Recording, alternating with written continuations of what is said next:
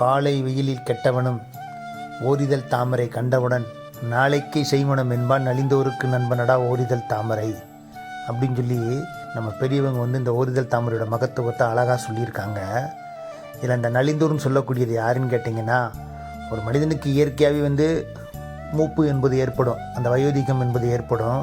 ஆனால் இயற்கைக்கு மாறாக சின்ன வயசுலேயே ரொம்ப மெச்சூர்டாக, அதாவது ஒரு 20 வயசுக்குள்ளே தான் இருப்பாங்க, 20-25 வயசுக்குள்ளே தான் இருப்பாங்க. ஆண் பெண் இருபாலருக்குமே நான் சொல்லக்கூடிய விஷயம் இதுதான். அவங்கள பார்த்தீங்கன்னா ரொம்ப மெச்சூர்டாக ஒரு 40-45 வயசுக்குள்ளே ஒரு முகத்தோற்றம், முகத்தில் அந்த தேஜஸ் என்பது அந்த வன்மை இல்லாமல் ஒரு கிழட்டுத்தன்மை என்பது சின்ன வயசுலேயே அவங்க முகத்தில் பிரதிபலிக்கும். இது எதனாலன்னு கேட்டிங்கன்னா, தாது பலமிழந்து அந்த நாடி நரம்புகள்லாம் ஆட்டங்கண்டு போய் உள்ள தாது பலவீனமாகும் போது அவங்களுக்கு இந்த தோற்றத்தோட வெளிப்பாடு இப்படி இருக்குங்க. இது எதனால் ஏற்படுதுன்னு கேட்டிங்கன்னா, பெண்களை பொறுத்தளவுக்கு வெள்ளைப்படுதல்ன்ற அந்த ஒரு நோய் இருக்குது பாருங்களேன். இந்த வெள்ளைப்படுதல் அவங்களுக்கு பருவமடைந்த காலத்திலேருந்து சில பேர்த்துக்கு இருக்கும், பெருசாக கண்டுக்க மாட்டாங்க. அதுதான் அந்த மாதிரி பிரச்சனைகளை உண்டு பண்ணும். வெள்ளை முத்துனா வெட்ட முத்துனா கட்டை அப்படின்னு ஒரு பழமொழியே இருக்குங்க.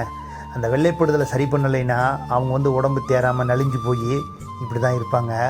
அதே போல் ஆண்கள் எடுத்துக்கிட்டிங்கன்னா, சிற்றின்ப பழக்கவழக்கத்தால் தன்னோட சக்திகளை பூரா வீணடித்து நாடி நரம்புகள்லாம் பலமிழந்து ஆண்மை குறைபாடு ஏற்பட்டு நரம்பு தளர்ச்சிக்கு ஆளாயிருவாங்க. இவங்களும் இந்த நிலைமைக்கு ஆளாயிருவாங்க. இதிலிருந்து விடுபடணும் அப்படின்னா நீங்கள் என்ன பண்ணணும்னு கேட்டால், இந்த ஓரிதழ் தாமரையில் செய்யக்கூடிய கிருதம் என்பது நெய், அதை பயன்படுத்தும் போது உங்களுக்கு நல்ல மாற்றம் உண்டாயிருங்க.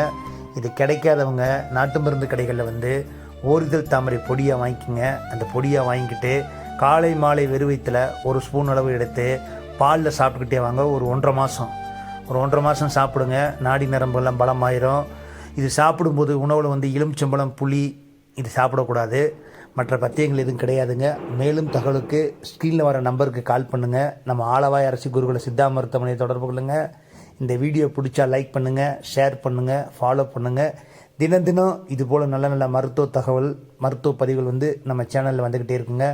அனைவருக்கும் நன்றி.